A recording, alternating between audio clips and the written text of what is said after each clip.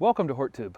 My name is Jim Putnam. This is a garden tour of a landscape in Cary, North Carolina, Zone 7B. This is someone I just recently met who has become a friend and is also a beekeeper, and I plan on returning here several times next year. We have a schedule of videos that we're going to do so I can learn some beekeeping skills, and I look forward to that, and I look forward to sharing that with you guys next year. So let's get started walking through his landscape. So a lot of the things I talk about in this yard are about pollinators.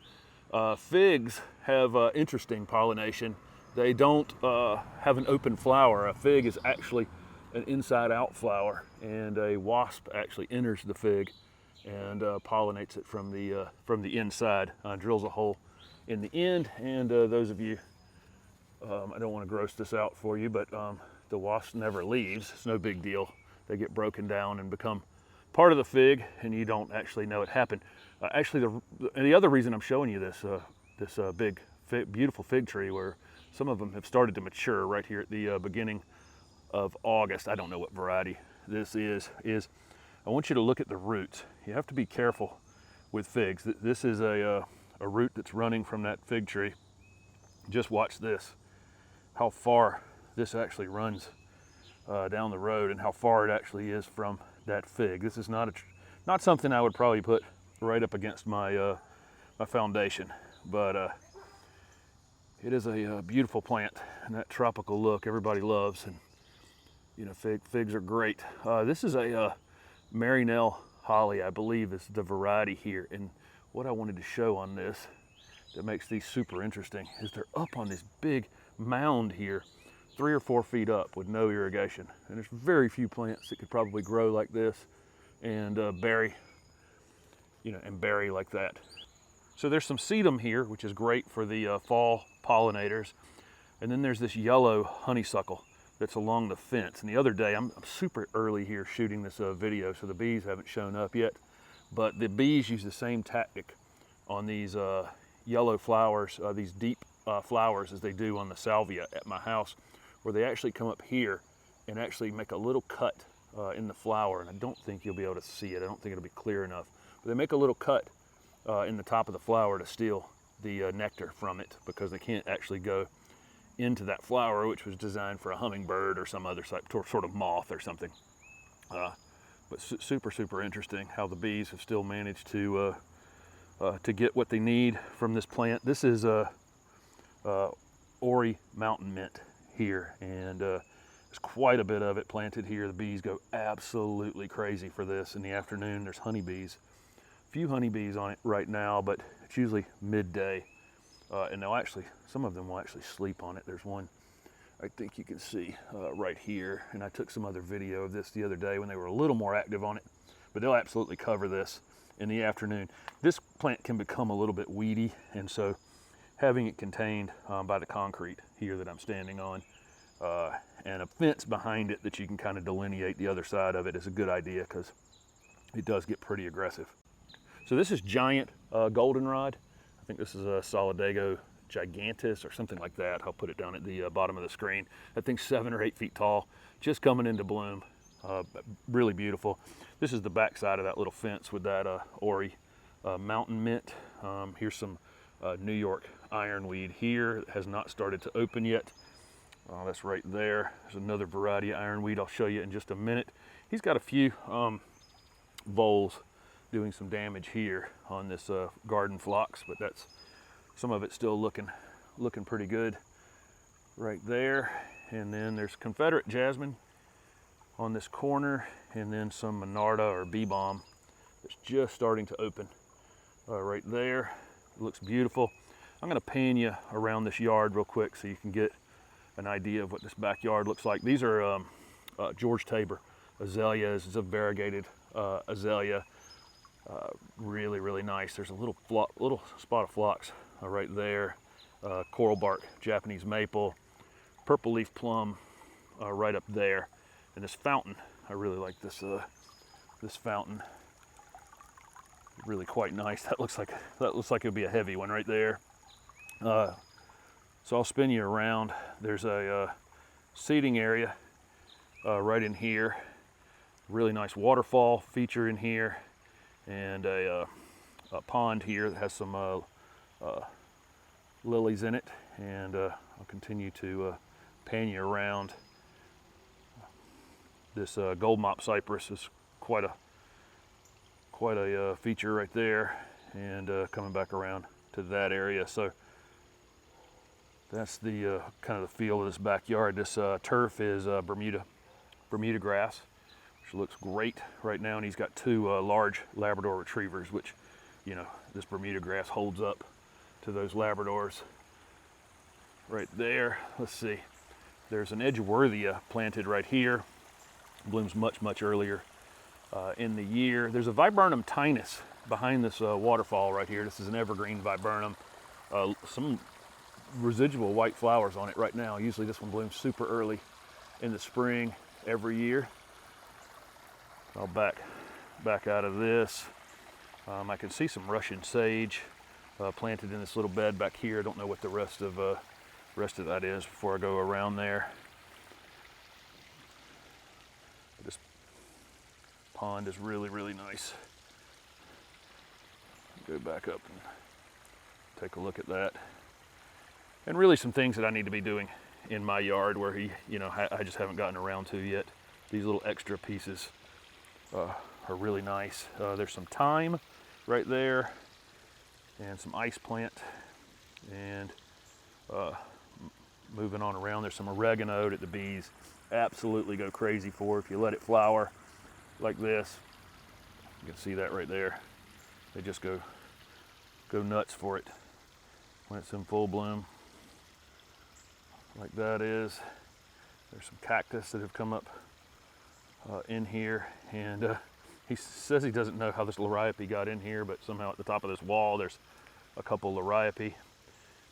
And here's some lavender here that's pretty much finished for the season. You might be able to cut this back and get some more, get it to flower a little bit more. I still got a few buds on it, but that wall wraps the rest of the way around there. I think that's catmint right there, and some strawberries actually at the end of it I see right there. This is oak leaf. These are oak leaf hydrangeas right here. This is little honey oak leaf hydrangea, which stands out from a mile away. What a plant that is. Doesn't bloom quite as well as some of the other oak leaf hydrangeas, but why would it? Doesn't even need to. Just beautiful. And I don't know what varieties of oak leaf hydrangeas these are, but you can see, I'll get in here a little closer, you can see how well these flowered. And I've got these Labrador retrievers have decided that I'm not supposed to be in their backyard, so you're going to hear them bark, I think, the rest of the time. There's a nice, beautiful Carolina jasmine that has a, I got a spider web in front of me. There's a beautiful Carolina jasmine here that leads you through to a separate space where he keeps the honeybees. And there's a buckeye here, red buckeye, and you can see right here they formed seed pods. Blooms earlier in the season. And backing out, I'll show you this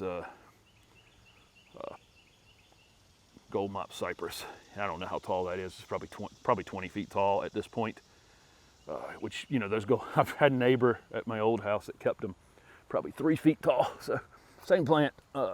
Okay, here's the honeybee section. I got stung last week once when I was over here because I lingered too long. They're totally fine with me being over here as long as I keep moving. So that's what I'm going to do. There's one hive and two hives, and I am coming back here. We have a schedule for next year. I'm coming back over here 4 times, and we're going to learn what he knows about honeybees. And then right here behind it, of course, we've got some sort of Hydrangea Paniculata. Don't know what variety that is, but I am going to move past them. There's a dogwood right there, and then moving on back here, we've got a couple viburnum here. Here's one right here. Here's an evergreen viburnum here, and I actually don't know what variety that is. The one behind it is definitely Chinese snowball, but I'll have to ask what viburnum that is. There's a few Camellia sasanquas down here low, and we've got a few more oak leaf hydrangeas. Super dark. Let me pan up here and show you. We are under, totally under a tree canopy here, if you can see that. And so this is all things that will take the deeper shade. There's a really nice few variegated plants back here that kind of pop, and there's a variegated dogwood right there, and there's a few variegated azaleas, and you can see them reverting. You need to get this green cut out of these. If you have, you know, sometimes these variegated plants, you'll get that little green sport, and that little green sport's definitely able to grow much faster than the rest of that plant can. There's some Itea right here. I don't know if that's just regular Henry's garnet or one of the dwarf ones. Let's see. There's another Hydrangea Paniculata blooming right there. We'll get a closer look at that in just a minute. And there's some butterfly milkweed right here that's in bloom. He's got some more in the front yard as well. So I'll come back up and take a look at this Hydrangea Paniculata right here, which is in bloom. This, to me, kind of has the look of Tardiva, which is one I grew for years. I may be wrong about that, but that's what it looks like. The foliage looks the same, and the flowers as well. I may take a few cuttings off of this because I'm starting propagation this week, and I do like that variety, and the bees actually like that variety. Some of these new Hydrangea Paniculatas, they just don't seem to care about. He's got several deciduous azaleas in here, native azaleas. Of course, they're not doing much at this point, but you can see right here, if we take a close look, right there, the flower buds are actually on them for next year already. And here we are, it's just almost August, but I do love deciduous azaleas. He's got several of these plantings of George Tabor azaleas in the yard, and this one puts on a show. It's super reliable.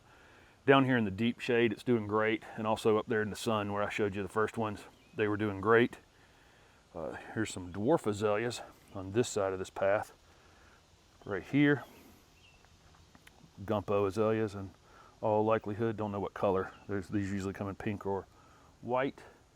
And then throwing across here to this deck, these are Camellia japonicas. So he's got some Camellia sasanquas and some Camellia japonicas in here.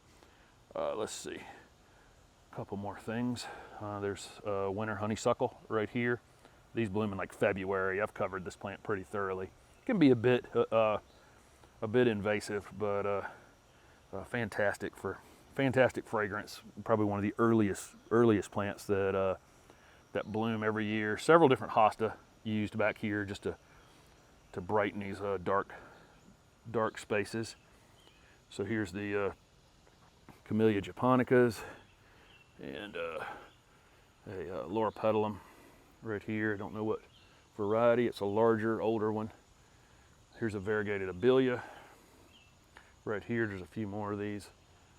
Kaleidoscope Abelia in the front yard. I'll show you in just a minute, and they're in bloom out there. They're great, just great for pollinators.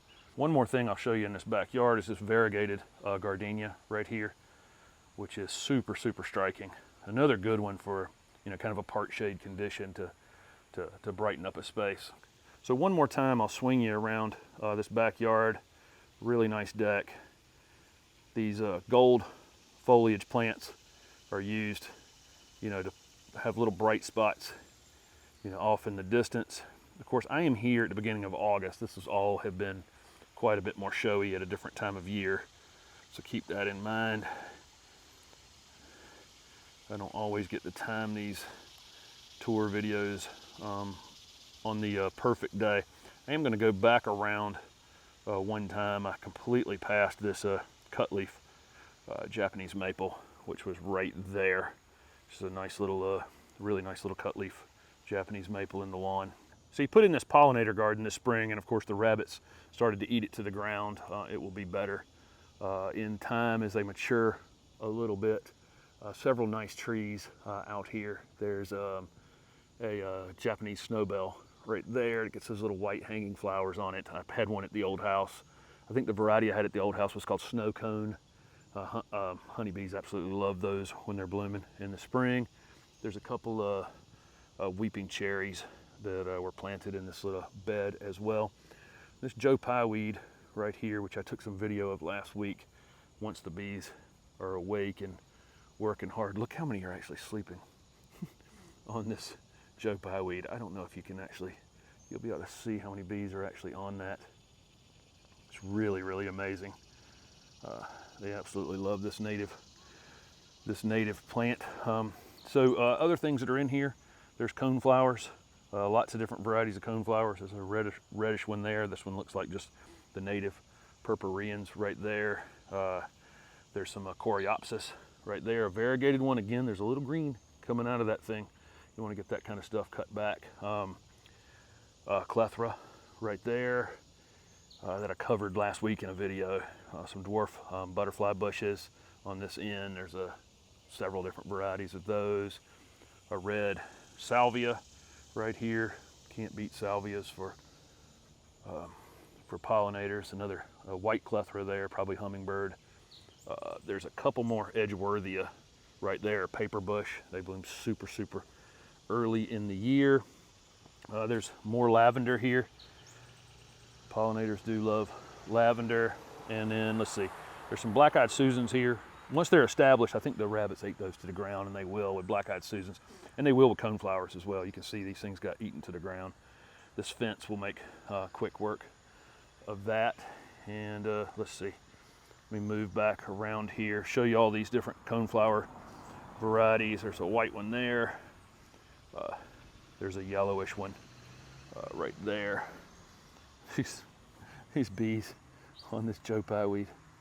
Every time the stuff's in bloom anywhere I go, they just love it. Go absolutely crazy for it. Let's see.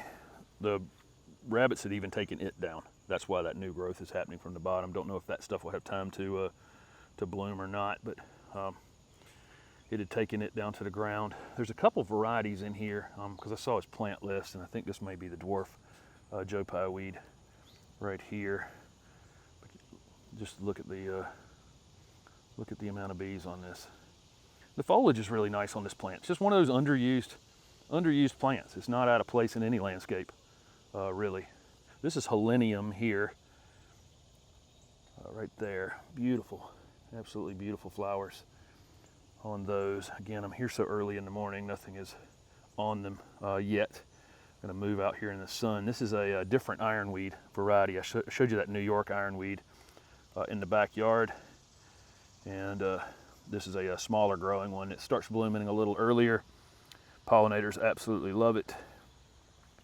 More of the butterfly bushes on this side. And then there's some swamp milkweed right here, and this went absolutely wild out here. Here's the seed heads on it right there. That's in a single season, which is kind of unusual for milkweed of any variety to really put on that much growth in a season, but they went absolutely wild. And then more of the butterfly milkweed right there that we saw in the backyard. And so there's some switchgrass right here. I sometimes forget to point out the grasses, but there's some switchgrass. I think that's probably Shenandoah switchgrass right there. Gets that reddish hue on it, turns redder as the fall comes on. So I'll show you some things on the other side of the front yard before I wrap this up. There's a purple leaf Weigelia right there. And then this is a Chinese redbud. Chinese redbuds tend to grow more like shrubs instead of trees, you know, multi-trunked.